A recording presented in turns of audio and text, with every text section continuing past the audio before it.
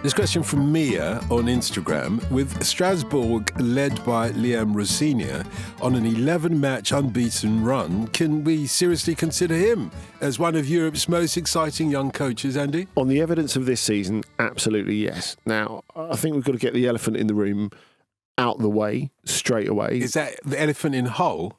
It's the blue elephant, actually. Okay. So there might actually be a nightclub in Hull called the Blue Elephant. Yeah, there probably is. Really. I mean, if you're talking about Liam Rosenior being fired from Hull, which is a decision that is aged very, very badly, I think we have to lean into Carlo Ancelotti's famous quote about being sacked is simply a part of the life of a manager. And that's absolutely right. I think we in the UK need to get over that being a blot on someone's copybook. It's just the fact that if you stay in the hairdressers for long enough, you're going to get a haircut. That's all it is.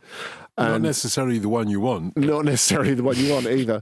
But I think when I'm talking about getting the blue elephant out of the room, it's the fact that Strasbourg, of course, are very well resourced now. You know, they're part of a multi-club arrangement with Blueco, the owners of Chelsea as well. And for that, they've been able to get Petric, Andre Santos. They've been able to spend on other players that they wouldn't have been able to before. And I think, funnily enough, this actually has made Rosenior's job a little bit more tricky, because for a fair bit of this season, the fans have been, or like a group of ultras, have been protesting about their club being part of this multi-club model, which they're not happy about. They're not happy about the sense that their club is deprioritised, that its image and its identity might be diluted. And like a lot of really good managers, Rosenior has been very good at insulating his players from that. And I think you can look at, say, someone like a Hansi Flick, for example, who's good and has been good at Bayern and Barcelona at sort of getting the board stuff and keeping that as far away from his players as possible so it doesn't affect them. In terms of him as a coach, of course, the results are good, because Mia talks about the 11-match unbeaten run. 8 of those are wins. So we're talking about a team that could feasibly get into the Champions League this season. I mean, they're still full of energy because they're quite a young team. So they've got the physical drop on a lot of their competitors. It's incredibly close, and they've got no pressure on them compared to a Marseille or a Lyon or a Monaco, the ones that really, really need to get there, even Lille to a lesser extent. But I think if we're talking about him as a coach, I think that's the important word in this question, because we look at him and we already knew, as you say, from Hull, that he had some interesting tactical ideas, that he's a very engaging personality, that he's got an interesting way of thinking about the game. I'm always looking about not just the players that come in and go out, but what can he do with improving players? And, you know, we've talked about that with everyone from Flick, I'm going to talk about him again, to Guardiola, to Bielsa, to an extent, David Moyes, I think has done that consistently throughout his career. We're talking about people who are authentically good coaches. And Rosenior already is into that zone, because you can look at a player of promise like Emmanuel Omega, for example, a striker who's looked like he's had quality for a long time, but under Rosenior has turned into someone who's genuinely consistent. And, you know, whether they sell him to Chelsea or sell him anywhere else, that they will end up making a lot of money out of him, I think. And I think he'll get himself into the Netherlands international team at some point. The one that really strikes me, though, is Diego Moreira. Now, he's another one from this sort of Chelsea connection. Young Belgian Portuguese winger who, on the books of Chelsea, got loaned to Lyon last year and looked absolutely nowhere near ready for first team football. Like, clearly ability, but he just wasn't a ready first team player. They ended up getting rid of him halfway through the season. This season, he's been sort of moved into this sort of wing back role. He has been unbelievable this season. And that is all about being open to the possibility of a new role, which Rosenior's given him. It's all about working on consistency and his core skills and using those core skills in a slightly different place for the benefit of the team. And he's been able to step up at big moments, scored a great goal against St Etienne last week. And Moreira, who is a player that I would have thought was probably due a championship loan or something like that, for him to be one of the better players in Ligue 1 this season, I think shows you what a good coach Liam Rosenior is. And David, are you? Yeah, also... I was going to say, I think it Hull Rosenior, it was kind of directed at him that a lot of his football wasn't very progressive. They drew too many games. They were overly defensive. They didn't progress the ball enough in the final third. So it's interesting to see his development this year and what he's working on, what he's trying to improve. And obviously, it depends a lot of the time what players you've got. So naturally, he's got a better group, a better core of players with different skill sets here. So he will try different things. And that's why I thought it was very hard. It's easy to say with hindsight now and looking at Hull's situation and looking where Rosenior is. But yeah, that's why I don't know. Are you a fan? Are you a member of his fan club? Massively so. I really wanted Sunderland to hire him before we hired Regis Libri. I actually thought he was going to come. So I saw a lot there with him. I think he's a very, very smart young man. And he's been one of the best, I think, football analysts and panelists I've seen over the past few years when he's been on different shows, particularly any championship coverage.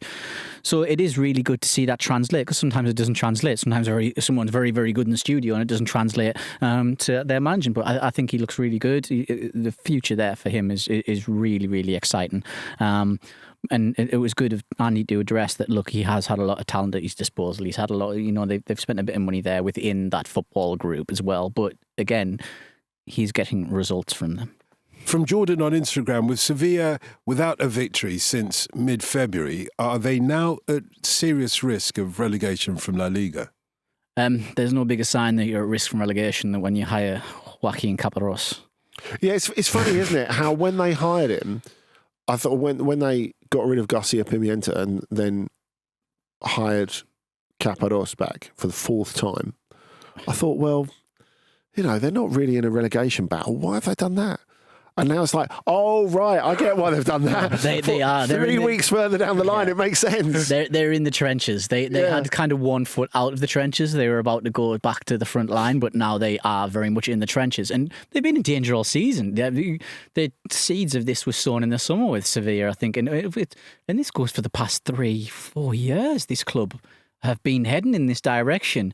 I'm not surprised to see them here at all. All the signs were there a long, long time ago. Sevilla fell off a long, long time ago as a club that we once associated them with. The team who flew high in La Liga, who impressed everyone in Europe, who won things in Europe, who had one of the best recruitment strategies around, one of the best recruitment models there is. All this has now gone. And they... How? Too many pieces moving at the top behind the scenes. I think they lost Monchi. Obviously went to Aston Villa. That was a major impact. And then I do not rate Victor Orta. There's probably a lot of Leeds fans clapping me right now. They also they're not too fond of him. He used to be on Monchi's team as one of his scouts. And he was always primed for the main job one day when Monchi decided to step aside, or Orta might take a job elsewhere. I just don't think he's been very good. I think there's a lot of politics going on in Sevilla at the moment, which would take an absolute age to go into what's going on at that club. Long and the short of it is the president is the son of a former president. Former president is like Stadler and Waldorfing from the sidelines and saying, you're ruining this club. Why don't you get out?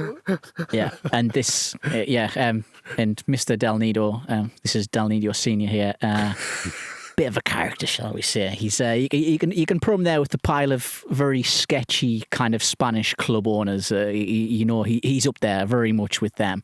So yes, there's a lot going on in Sevilla at that time, and they've lost track of what they once were and what made them great, and I don't see it returning in the short term or the long term. I think that's the issue for them, David. Even if they stay up this season, as they have done several seasons, or at least last season. Yeah, they've got no budget to speak of going forward, and they've got nothing left to sell. But we can see with what they're going to do. If they do stay up, they'll give Caparrós an extension for a year, and then they'll buy players that suit his style of football.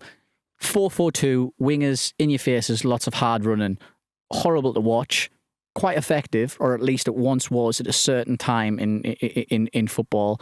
I don't think it is anymore. But you can see Sevilla making a decision like that, getting caught up in that, and that's what's and then regretting it in autumn. Oh, massively. I think that's the thing, isn't it? The amount of coaches they've been through in the last while. I want to go back to the Victor Orta thing because when he said in a recent press conference that we had offers totaling, what did he say, 50, 60 million euros for our players in January. I thought, surely even you don't believe this. I'd love to know who these players are. Completely untrue. But the thing I wanted to ask you, David, talking of sporting directors, how much of a responsibility, and I realise it's not total responsibility, but how much of a responsibility does Monchi actually bear for this? Because I think if you look at Sevilla's current financial issues, clearly there was a point when obviously they were consistently winning European trophies. The last one is a bit of a red herring because they kind of won the Europa League almost by accident when Mendilibar was brought in to keep them up in a sort of Caparros way. But if we go to the little bit before that, because they won so consistently and because a couple of the seasons they even looked in a position to challenge for La Liga, did they lose the model in holding on to some of those players for a bit longer than they should have done? I think so. They always knew when to, strike when the iron's hot with certain players. So yeah, I think they held on to some of them for a bit too long. And then they just didn't replace as well. And you always say this, is you've seen a couple of Portuguese sides fall by the wayside because they don't buy as well. That buy low, sell really high when a Premier League club gets excited, having watched a player for a season and going, oh, I'm sticking 50, 60 million. Remember what you are, basically. Yeah, there's no one there right now. And that's the thing. When you've got no one to sell, there's no money coming in.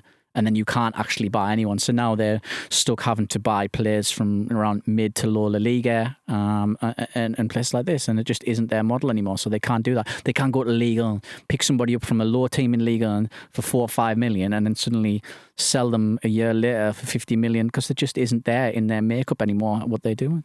Talking of teams that have fallen from a great height, Harry on email asked, how have Montpellier gone from league champions in 2012 to relegation fodder in 2025? You see, this sort of segue is why you get paid the big bucks, because I think you look at this. I didn't know. And if you're a Sevilla fan and you're thinking, could it be worse? Yes, it could. You could be Montpellier, because that they have been. That's why you get paid the big bucks. You see. You see, I don't know if who's really kept an eye on Montpellier this season, but they have been arguably the worst top flight team in any of the 5 big leagues this season. Oof. Like, so dreadful. And it has been a disaster from start to finish. Now, of course, the fans have tried to bring people's attention to this with various protests, including one which involved playing banging techno during a game on a massive speaker. One where they accidentally set the stand on behind the goal on fire, which led to one of the games being stopped. There was a banner last weekend when they played Reims, with relegation being confirmed, even though they didn't lose for the first time in 12 games.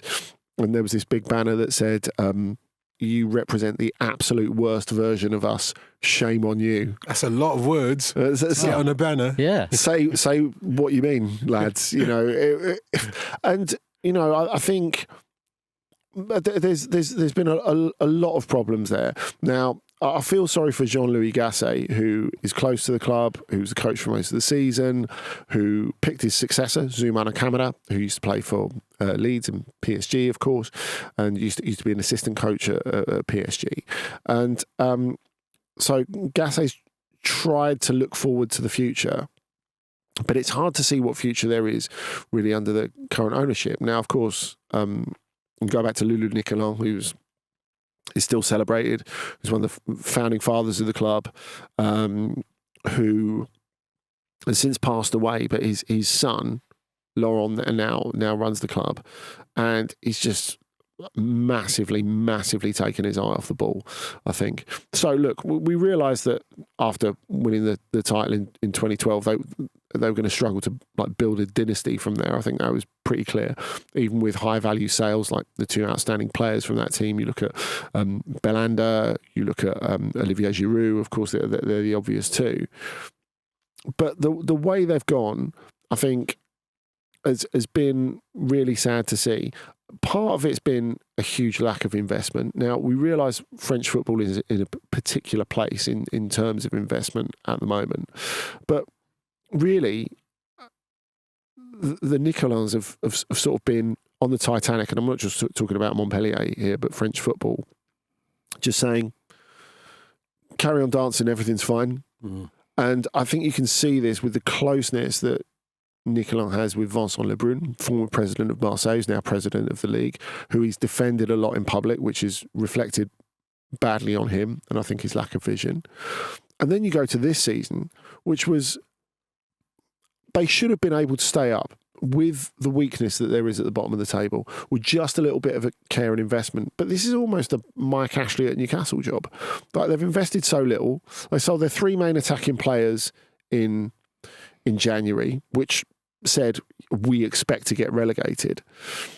And then you look at what for me has been the saddest bit in the way that the club has sort of lost its identity over the last little while is what's happened to Teji Savanier this season. Now, Savanier is the captain, really great midfield player, super fun to watch, from a Romani background who never wanted to stray that far from home. So got big offers from elsewhere and was like, no, I'm going to stay in my place. Now, when they got knocked out of the cup by a fourth tier team, and obviously footballers are always prone to this nowadays, getting caught on a camera phone saying something. A Le Puy fan, that's one of the fourth division team who knocked them out, came up to him and said, how do you feel? You must be really gutted about getting knocked out of the cup. Ha. And he's like, no, I'm fine. I'm earning 210 grand a month. And then at that point, his like hero status started to drain. The club stripped him of the captaincy. He lost his place in the team, and they're going to get rid of him this summer. And it's a really sad end to his career there, because it wasn't just for him, a team, a club. It was his family. And just because he made a mistake, admittedly quite a careless mistake, I think the fact is, everything that's happened with Montpellier this season, it's not just a team doing badly, it's a club totally without direction that's lost its soul. And the fact that someone like that has been a convenient scapegoat, I think has made the team lose its soul even more, which is awful. This question from Marcus on Instagram: given Eric Dier has more than played his part in Bayern Munich's title win this season, will he be a good addition to Monaco's backline next season? I think he's shown at Bayern Munich that he will indeed be a very good addition there. I think he's proved a lot of people wrong. I think there's a few people kind of laughing at that move when it happened. Like, what are Bayern doing getting Eric Dier in? But I mean, in the grand scheme of things, he's been one of the best buys that they've made. Is it because, as football fans, we don't necessarily see what he does? I think so, and then I think I think we sometimes pigeonhole or stereotype certain players, and I think Dier is seen as this slow player, poor on the turn, can't really keep up with the pace of quick games and what have you. If he gets caught playing a high line, then he's done for. Okay, just don't play him in a high line. Give him a system that can help him excel, and he's a very good defender. I suppose that's the thing, like, really, with someone like Harry Maguire. I was literally about to say it's the Harry Maguire thing. It's the Harry Maguire thing. Don't set him up to fail. Yeah, exactly. Get him, if he's clearing crosses with his head for 90 minutes, perfect. He'll do a good job. Just don't ask him to sit on the halfway line, and then he won't get exposed. He won't be laughable. Bayern's not used him like that. He's been very, very good for them. And yeah, I mean, he's carved out a nice little career path. I mean, he's seen them through a really difficult period because they have been really decimated by defensive injuries. And the only option they've had at the back is to play him and Kim Min-jae. Now, Kim Min-jae is very much a front foot, aggressive, make stuff happen sort of centre-back. And he's been a disappointment. I think it's fair to say. Yeah, I think that's fair to say. He's had a better second season. Yeah. But funnily enough, I think that he clicks with Dier because he's the go and get it sort of centre-back. Mm-hmm. And Dier, because he's not got the pace to be that, is very much a wait and see. So they click together quite nicely, I think. So even though Bayern have had this misfortune in terms of injuries, to be left with those two, I don't think is the worst thing in the world. The other thing we have to underline about Dier is he's exceptional in the dressing room. People love him. He's a natural leader. I think you look at the way that both Thomas Tuchel thought he was important from day one to Kompany. He's a very different personality and coach. Got on with him. Everyone at the club likes him. You know, he's got unanimous respect in the board and amongst his teammates. And clearly this is what Monaco are looking for, because, of course, they went and tried to get Jordan Henderson in January. Now, whether they go all in on getting Jordan Henderson again this summer, I'm really interested to see, because I think now you've got Dier, why would you need Henderson? Because Dier, of course, can play in midfield as that sort of anchor if you need him to as well. And at Monaco, he'll do well because there's loads of players around him to do the running. So whoever, like say if they sell Akliouche and Ben Seguir this summer, there are loads of other athletic players who will be able to make it work for him in midfield. I'd be interested to see if he is sometimes able to replace Dennis Zakaria, who's been brilliant for them, by the way, so far. But if Zakaria gets injured, they're kind of in a bit of trouble. So I think the versatility that Dier is able to offer them is quite helpful. And I know that Marcus didn't quite answer this, but they wouldn't think of playing Eric Dier as centre forward. You made the comparison with Harry Maguire. Depends if it's the last 5 minutes or not, really, exactly. doesn't it? Stick him up there. Very good point. Gilles on Blue Sky asked, after 4 back-to-back near misses, do Union Saint-Gilloise have what it takes to finally win the Belgian Pro League for the first time since 1935? Great question. We don't often cover the Belgian League. It would be great to hear. Well, Gilles, bloody right they do. Because it feels as if they've got over a hump in the last week. And that hump is Club Brugge, who always dominate the playoffs in the Belgian Pro League. And they've got the experience to deal with it. I think we saw with the way they dealt with Atalanta in the Champions League playoffs that they have a real understanding of and ability to play that format. But in the last week, they've played back-to-back games, Club Brugge and Union Saint-Gilloise. Union went there and won. They went to Bruges and won. And then they got a 0-0 draw in the home game at the weekend. So to get through those 2 games, not lose either of them, I think is exceptional. The second one, the draw, is the first game in the playoff round that they haven't won. They won the first 5. So I think really what has helped them, and as Gilles says, they've had so many near misses. They've been the best team in the regular season every season since they've come up. But there's always been that feeling that Club Brugge particularly have held something back for the playoffs, and they're like, right, we're going to let you have it now. And Union haven't been able to cope with that. Now, they had quite a samey start to the season. They always lose players, of course, but Cameron Puertas going at the start of the season, I think was big for them when he went out to Saudi, because he's such a good player and he had a massive influence on them last season. But they gradually built up to peak at the right time, and it's felt really because they weren't leading the table the whole way, because they were nowhere near leading the table the whole way, and they only really got towards the top 2 or 3 in the last couple of weeks of the season, that they've paced themselves a lot better this season. And that, I think, is shown in these playoff games, that they've been able to handle those 2 big matches and deal with it is really important. And I think the feeling there is really underlined by Promise David, their striker, who's been fantastic this season. That he was asked about his future after one of these games, and he's like, oh, why would I want to go anywhere? I'm having a great time. Now, of course, if he's offered a ton of money, he might quickly change his mind, and I wouldn't knock him for that.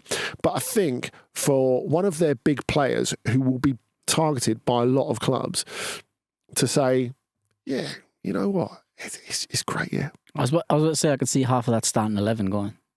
Yeah. I think financially that tends to be the case. Noah Siddiqui will be gone. I was literally about to bring him. That's exactly what I had in mind. I just want to say what an absolutely fantastic player he's looking, and he should likely get a big move somewhere, potentially to Premier League, obviously. Almost went to France last summer. Yeah. And especially with they're in the multi-club model as well. So they'll obviously be confident if they do lose 3 or 4 that they can easily replace them. I mean, it's amazing, Dotton, if you think of the players that have come through there. If we could sit here and jot together a Union Saint-Gilloise last 5 years, fame. 11, totally. So if you think of like Boniface, Mitoma, Denis Undav, you could have a great time. Yeah. Obviously, Christian Burgess, who's still there, is at the back. Oh, what about me? but still, you're talking about players who are not just good players, but go on to absolutely excel elsewhere, and that says a lot for what they're able to do. Going back to the beginning, really, when we're talking about the development of players. Well, that's one of the reasons that these lesser leagues are there to entertain us when their players make the big leap into the bigger leagues. However, Game of the Week time, I'm afraid. That's what we're waiting for. Brought to you by FotMob. Each week, our experts recommend a game for you to watch at the weekend. And just as importantly, they also suggest the food that we should be having with it. An important factor, the food. But let's start with your Game of the Week first, Andy. What are you going for this week? Lille versus Marseille, Sunday night, 7:45. This is absolutely huge. Both of these going for the Champions League. There's a massive congested battle for the Champions League places. So just to clarify, top 3 qualified directly in France. Team 4, the 4th place team, qualifies for the 3rd qualifying round. So they'd have to go through 2 rounds to get into the group stage. And at the moment, anyone from 2 to 7 could finish in that top 4. So you've got at the moment Marseille, who retook 2nd place last weekend. We've got Lille, Monaco, Nice, Lyon, Strasbourg. So there's a lot happening. So these two, it's a massive match at any time because they're 2 of the biggest and best clubs in France. Marseille have recovered a little bit of form recently, but Lille have got quite a good recent record against Marseille. So look, this is absolutely huge. Marseille have to get back in the Champions League. Lille really want to get there because, of course, they were excellent in the Champions League this season, beating Real Madrid, Atletico, drawing with Juventus. I think this is going to be great. Marseille had a man sent off, though, in the last league meeting between these 2 teams. So I imagine there's a little bit of needle in the match in any case. Oh, plenty. I mean, there was in the cup game. There was a big set to, and Mehdi Benatia, the sporting director of Marseille, got banned for a number of months off the back of it. But they're definitely over it now. They're definitely over it. And so you'll recommend something for us to eat once we're over that? Well, it's Lille, so you've got to go for Flammkuchen, which is like it's like this cross between a flan and pizza. There's a lot of things in Lillois culture that sort of, because it's quite near the border, it's like a little bit of Frenchness to it and a little bit of Belgianness to it.